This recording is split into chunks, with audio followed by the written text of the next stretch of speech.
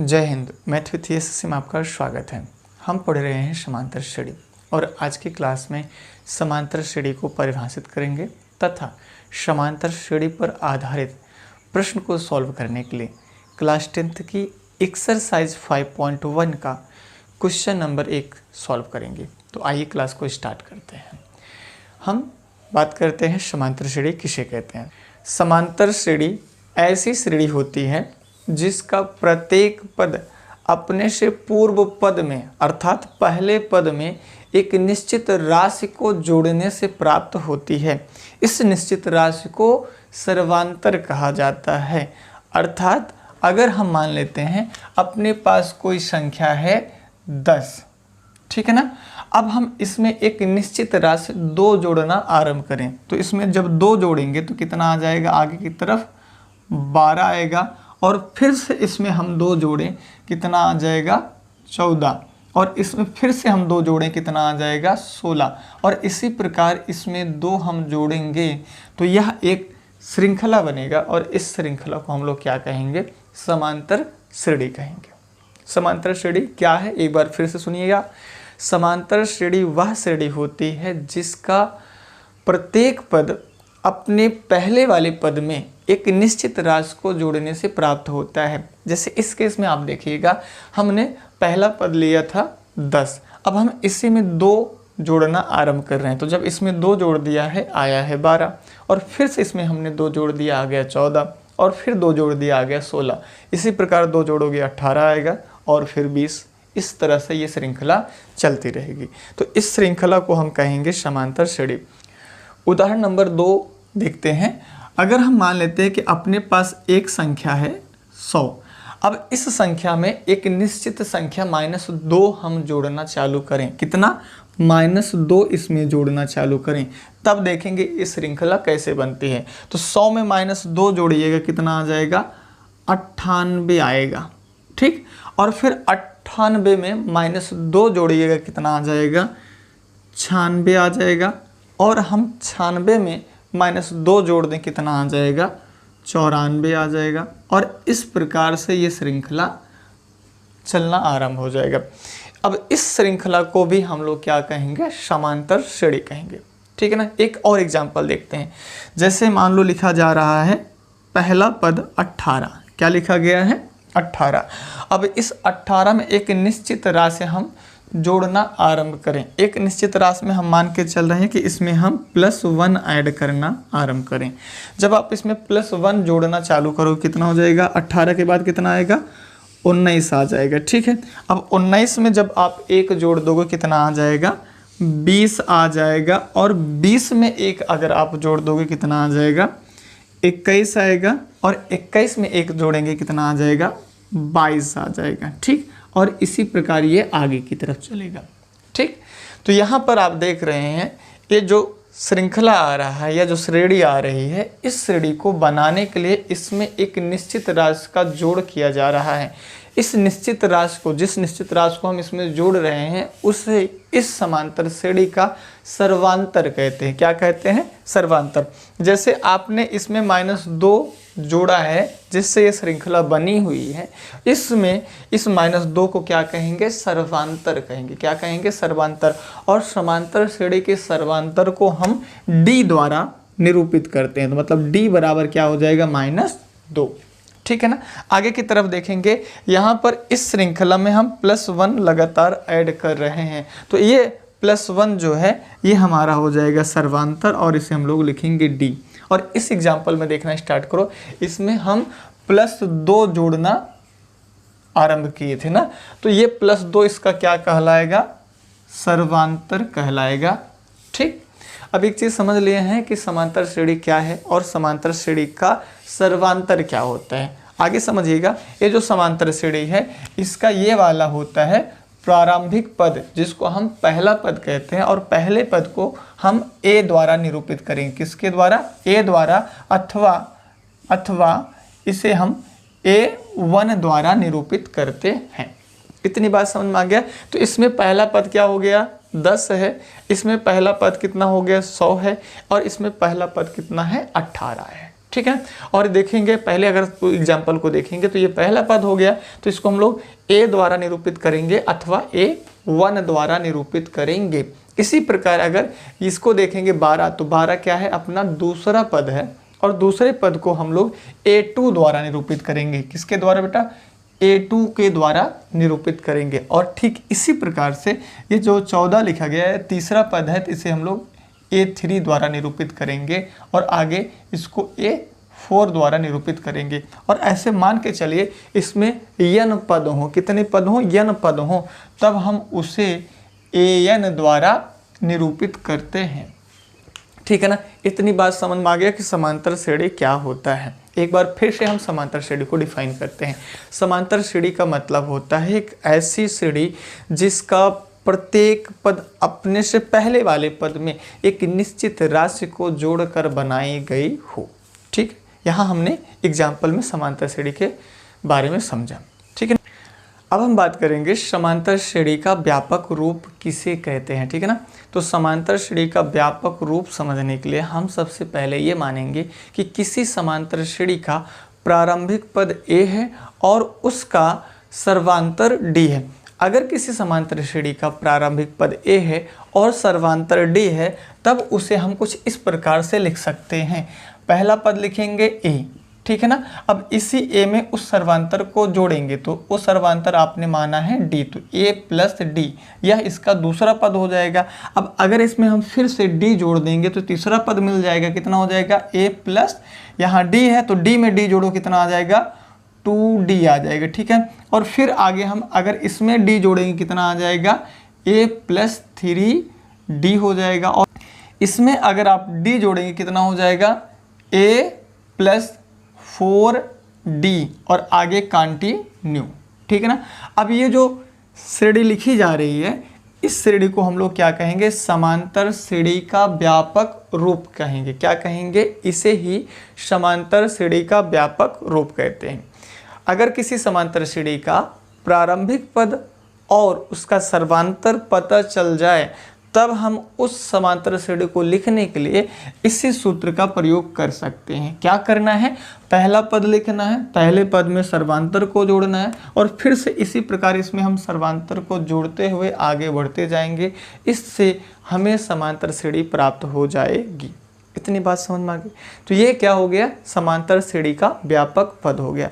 अब इसके आगे हम बात करेंगे समांतर श्रेणी कितनी प्रकार की होती है। समांतर श्रेणी दो प्रकार की होती हैं। एक समांतर श्रेणी को हम लोग कहते हैं परिमित समांतर श्रेणी, और दूसरी जो होती है अपरिमित समांतर श्रेणी। समांतर श्रेणी कितने प्रकार की होती हैं, दो प्रकार की होती हैं। एक का नाम क्या है, परिमित समांतर श्रेणी, और एक का नाम क्या है, अपरिमित समांतर श्रेणी। अब हम समझेंगे परिमित समांतर श्रेणी किसे कहते हैं। तो परिमित समांतर श्रेणी वह श्रेणी होती है जिसमें पदों की संख्या निश्चित होती है। जैसे अब यही जो हमने श्रेणी लिखी है, तो इसमें आगे और भी पद हम लिखने के लिए कह रहे हैं। मान लो आगे पद ना लिखनी हो, बस यहाँ से लेकर यहीं तक लिखने हो, तब इसमें पदों की संख्या निश्चित हो गई। अब जब पदों की संख्या निश्चित है, तो इस श्रेणी को हम किस नाम से पुकारेंगे, परिमित समांतर श्रेणी कहेंगे। अर्थात एक ऐसी श्रेणी जिसमें पदों की संख्या निश्चित हो, उसे समांतर श्रेणी का परिमित रूप कहते हैं, या यूँ हम कह दें उसे परिमित समांतर श्रेणी कहते हैं। बात समझ में आ गया। परंतु अगर इस समांतर श्रेणी में और भी पद आगे की तरफ लिखे जा रहे हैं, मतलब a प्लस 4d के आगे हम लिखें a प्लस 5d, इसी प्रकार a plus 6d, a plus 7d, और हम ऐसे करते करते अनंत तक चलें, तब हम इस समांतर श्रेणी को क्या कहेंगे, अपरिमित समांतर श्रेणी। अपरिमित कहने का मतलब ये है क्योंकि इसमें पदों की संख्या निश्चित नहीं है। अर्थात अपरिमित समांतर श्रेणी वह श्रेणी होती है जिसमें पदों की संख्या निश्चित ना हो। बात समझ में आ गया। तो यहाँ हम लोग दोनों का एक एक एग्जाम्पल देखते हैं। जैसे अगर आप देखेंगे, हम लिख रहे हैं 5, 10, 15, 20, 25, ठीक है ना। तो यहाँ पे एक समांतर श्रेणी लिख दिया। अब आप देखेंगे इस समांतर श्रेणी में कितने पद हैं, तो देखेंगे 1, 2, 3, 4, 5 पद है, एकदम फिक्स है। इसलिए इसको हम लोग क्या कहेंगे, समांतर श्रेणी कहेंगे, और वो भी कौन सा, परिमित वाला समांतर श्रेणी कहेंगे। अर्थात ये क्या लिखा जा रहा है, परिमित समांतर श्रेणी का उदाहरण लिखा गया, ठीक है ना। अब इसके आगे दूसरा एग्जाम्पल देखें, जैसे हमने लिख दिया है 5, 10, 15, 20, 25 और आगे हम डैश डैश डैश कर दे रहे हैं। अब इसमें देखना स्टार्ट करो, इसमें कितने पद लिखे गए हैं। तो इसमें हम बहुत सारे पद लिखने के लिए कह रहे हैं, क्योंकि आगे डैश डैश का मतलब है कि इसमें अन्य पद को भी लिखना है। जब इसमें अन्य पद को लिखोगे तो ये क्या हो जाएगा, अपरिमित हो जाएगा। क्या हो जाएगा, अपरिमित, अर्थात इसमें पदों की संख्या निश्चित नहीं है, इसलिए इसको हम क्या कहेंगे, अपरिमित समांतर श्रेणी कहेंगे। आई होप कि आपने परिमित और अपरिमित समांतर श्रेणी को समझ लिया है। अब इसके आगे हम क्या करेंगे, क्लास 10th का एनसीईआरटी मैथ बुक का एक्सरसाइज 5.1 का क्वेश्चन 1 सॉल्व करेंगे। और इस क्वेश्चन में आपको यही पहचानना है कि दिया गया प्रश्न समांतर श्रेणी है या नहीं है। तो चलिए इसको हटा के हम उनको सॉल्व करते हैं। 5.1 का क्वेश्चन नंबर 1 देखना आरंभ करेंगे। इसमें दिया गया है, निम्नलिखित स्थितियों में से किन स्थितियों में संबद्ध संख्याओं की सूची एपी है और क्यों है। एपी को पहचानने का जो नियम है उसे आप समझना स्टार्ट करो। अगर कोई श्रेणी दिया जा रहा है और उनके सभी पदों का सर्वांतर समान है, अगर सर्वांतर समान है तब हम उसे एपी कहेंगे, और अगर सर्वांतर समान नहीं होगा तब हम उसे एपी नहीं कहेंगे। बात समझ में आ गया। और सर्वांतर को निकालने का जो फार्मूला है वो ये है, द्वितीय पद माइनस प्रथम पद है, ठीक है ना। अब इसका पहला एग्जाम्पल देखना स्टार्ट करो। प्रत्येक किलोमीटर के बाद का टैक्सी का किराया, जबकि प्रथम किलोमीटर के लिए किराया 15 है और प्रत्येक अतिरिक्त किलोमीटर के लिए किराया 8 रुपया है। इस क्वेश्चन में हमें ये बताना है कि टैक्सी का किराया जो दिया जा रहा है वह एपी में है या नहीं है। अब इसमें देखना स्टार्ट करो, आपको क्या दिया गया है, एक फिक्स किराया दिया गया है। फिक्स किराए में कितना दिया गया है, 15 रुपया, और 15 रुपया उसके आगे आप चलते हो तो आपको प्रत्येक किलोमीटर का 8 रुपया चुकाना पड़ेगा। तो देखिएगा ये जो 15 रुपया दिया गया है इसे हम प्रथम पद मानेंगे, और इसके आगे 8 रुपया हर किलोमीटर के बाद चुकाना है, तो ये क्या हो जाएगा, आपका डी हो जाएगा। तो इसको लिखना स्टार्ट करो। हम मानते हैं आपका फिक्स किराया 15 है, तो 15 हमने यहाँ लिख लिया। अब इसके आगे अगर मान लो 1 किलोमीटर आपने और डिस्टेंस ट्रेवल किया तो 15 में आपको 8 जोड़ना पड़ेगा। तो कितना लिखेंगे, 15 धन में 8, ठीक है। और फिर से मान लो आप 1 किलोमीटर और चल रहे हो तो कितना हो जाएगा, 15 प्लस 8 यहाँ है, तो 8 में 8 जोड़ो, कितना आ जाएगा, 16 आ जाएगा, ठीक। इसी प्रकार से और आगे हम चलेंगे तो 15, अब 16 में 8 जोड़ो, कितना हो जाएगा, 24 हो जाएगा, ठीक है ना। और आगे कंटिन्यू करिए, ठीक है। अब आप देखें ये तो 15 रहेगा, ठीक है, इसको 15 लिख लिया। अब इसको 15 और 8 जोड़ दो, कितना हो जाएगा, 23 हो जाएगा। 15 और 16 जोड़ दो, कितना हो जाएगा, 31 हो जाएगा। और इसको जोड़ दीजिए, कितना हो जाएगा, तो 5 4 9 हो जाएगा, 2 1 3 हो जाएगा। और इसी प्रकार ये आगे चलता रहेगा। अब हम देखते हैं ये समांतर श्रेणी में है या नहीं है। तो समांतर श्रेणी बताने के लिए हम क्या करेंगे, इनके पदों का हम अंतर निकालेंगे, अर्थात इनके सभी पदों के बीच का सर्वांतर ज्ञात करेंगे। द्वितीय पद माइनस प्रथम पद, अगर हमें इनके बीच का निकालना है तो ये हमारा हो जाएगा द्वितीय पद, ये हो जाएगा हमारा प्रथम पद। तो यहाँ लिखेंगे 23 माइनस 15, और इसे आप घटा दीजिए, कितना आ रहा है, 8 आ रहा है। फिर अगर हमें इनके बीच में निकालना है तो कितना हो जाएगा, डी बराबर 31 माइनस 23, कितना आ जाएगा, 31 माइनस 23। अब ये आप यहाँ देखेंगे, यहाँ से एक उधर जाएगा 11, और 11 में से 3 जाएगा, कितना आ जाएगा, 8। तो यहाँ 2 बचेगा, यहाँ 2 बचेगा, घटाओ 0 आ गया। फिर अब हम क्या करेंगे, इनके बीच में निकालेंगे, तो यहाँ से कितना हो जाएगा, 39 माइनस 31। अब आप इसे घटा दो, कितना आ जाएगा, 8 आ जाएगा। यहाँ देखेंगे, यहाँ पे भी डी का मान 8 है, यहाँ पे भी डी का मान 8 है, और यहाँ पर भी डी का मान कितना है, 8 है। अर्थात सभी पदों में एक निश्चित संख्या ही तो जोड़ के हम बढ़े थे, इसलिए ये समांतर श्रेणी का उदाहरण है। अर्थात पहला क्वेश्चन क्या है, वो समांतर श्रेणी है। बात समझ में आ गया। एक बार फिर से हम आपको समझा रहे हैं भैया, समांतर श्रेणी का मतलब क्या है। समांतर श्रेणी का मतलब एक ऐसी श्रेणी जिसमें निश्चित संख्या जोड़कर हम आगे अन्य पदों को लिखते हैं। तो वही काम हमने इसमें किया है। इसमें निश्चित संख्या 8 जोड़ के लिखा जा रहा है। 15 15 में 8 आपने जोड़ा, फिर इसमें 8 जोड़ा, फिर इसमें 8 जोड़ा, तो ये क्या है, समांतर श्रेणी का उदाहरण हुआ कि नहीं हुआ, ठीक है ना। अब इसका दूसरा एग्जाम्पल देखेंगे, तो आप इसे नोट करें, इसको हम हटाएंगे।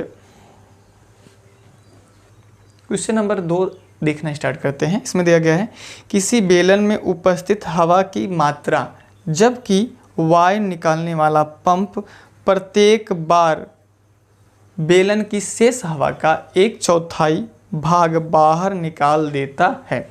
अब अगर हम मान लेते हैं बेलन का आयतन, आरंभिक आयतन कितना है, भी है, बेलन का कितना है, आरंभिक आयतन भी है। अब इसमें से हम हर बार 1/4 इसका निकालेंगे, इसमें से बाहर। अगर बेलन का आयतन भी माना है तो इसमें हवा का आयतन कितना होगा, भी होगा। अब इसमें क्या है, इस आयतन का 1/4 भाग हम बाहर निकालेंगे, तो इसका 1/4 भाग निकालने का मतलब है भी माइनस भी बटे 4, इसमें से निकाल दीजिए। फिर आगे अब ये जो बचा है इसका 1/4 निकालिए, तो हम लिखेंगे भी माइनस भी बटा 4 से इसका 1/4, इसका 1/4 का मतलब माइनस भी बटे 4 का 1/4 मतलब इंटू 4, और इसी प्रकार ये आगे लिखेंगे, ठीक है ना। अब आप इसे सॉल्व करिए, कितना आ जाएगा, ये हो जाएगा v हो जाएगा, और यहाँ पर आगे की तरफ देखेंगे, इसे आप जब घटाओगे कितना आ जाएगा, 3v बटे 4 आ जाएगा। इसे सॉल्व करें कितना हो जाएगा, तो यहाँ से इसे सॉल्व करें कितना आ जाएगा, 3v/4 माइनस, इसे सॉल्व करें तो यहाँ 3v/4 दैट मीन्स 3v/16 हो जाएगा, तो लिखेंगे 3v/16, फिर आगे डॉट डॉट डॉट डॉट। अभी और सॉल्व करें तो 3v/4 और इसको सॉल्व करेंगे, देखिए इनका एलसीएम टेक करें कितना आ जाएगा, 16 आएगा। 16 का टेबल हम लोग यहाँ पढ़ें कितना हो जाएगा, 12v माइनस 3v, आगे डॉट डॉट डॉट, और यहाँ पे देखेंगे 9v/16 आगे कंटिन्यू करना है। अब आप देखेंगे ये जो श्रृंखला बन रही है, ये श्रृंखला क्या AP है, तो यह AP नहीं है। इसका रीज़न यही है कि अगर अब हम इनको घटाएं और इनको घटाएं तो हमें जो सर्वांतर मिलेगा वो अलग अलग मिलेगा, अतः क्वेश्चन वह AP नहीं है, आप इसे नोट करें। क्वेश्चन नंबर 3 देखना स्टार्ट करो। इसमें दिया गया है प्रत्येक मीटर की खुदाई के बाद एक कुआं खोदने में आई लागत जबकि खुदाई की लागत 150 रुपया है, बाद में प्रत्येक मीटर खुदाई की लागत 50 बढ़ती जाती है। इसमें कहा गया है प्रथम मीटर खुदाई का किराया 150 है और आगे जितनी गहराई में हम जाएंगे हमें 50 रुपया प्रति मीटर की दर से बढ़ाना है। तो देखना स्टार्ट करो। प्रथम मीटर का जो खर्च है वो दिया गया है 150 और आगे अब इसमें हम 50 रुपये बढ़ाते रहेंगे, तो 50 बढ़ाओ कितना हो जाएगा, 2 हो जाएगा। फिर मान लो 1 मीटर और खुदाई किया गया तो कितना हो जाएगा, 250 हो जाएगा, और फिर आगे कितना हो जाएगा, 300 हो जाएगा। इस प्रकार ये श्रृंखला लिखी जाएगी। अब इस श्रृंखला को देखना स्टार्ट करो, क्या यह AP में है, तो इसका आंसर है AP में। उसका रीज़न देखो ध्यान से, इसमें एक नंबर जोड़ा जा रहा है 50 50 50 50, तो यह AP का ही उदाहरण हुआ ना, तो आप इसे भी नोट कर लो।